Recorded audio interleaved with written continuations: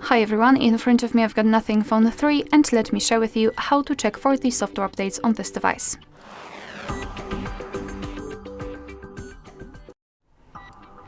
So first of all, make sure that you've got the internet connection. It is required, and I highly recommend to use Wi-Fi instead of mobile data, especially if you will decide to download the updates. And then we can go to the settings. Now we have to scroll down to the very bottom to find the system. And right here on the third position, we've got system updates. So let's tap. Your device will basically check for the updates automatically, but you can still tap on this option. And now you can meet two different scenarios. This is the first one where your software is up to date and there's nothing to download. And the second one is where your device will actually find the update.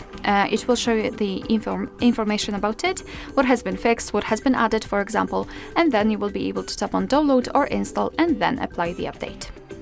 Alright, so that will be all. Thank you so much for watching. Please hit the subscribe button and leave the thumbs up.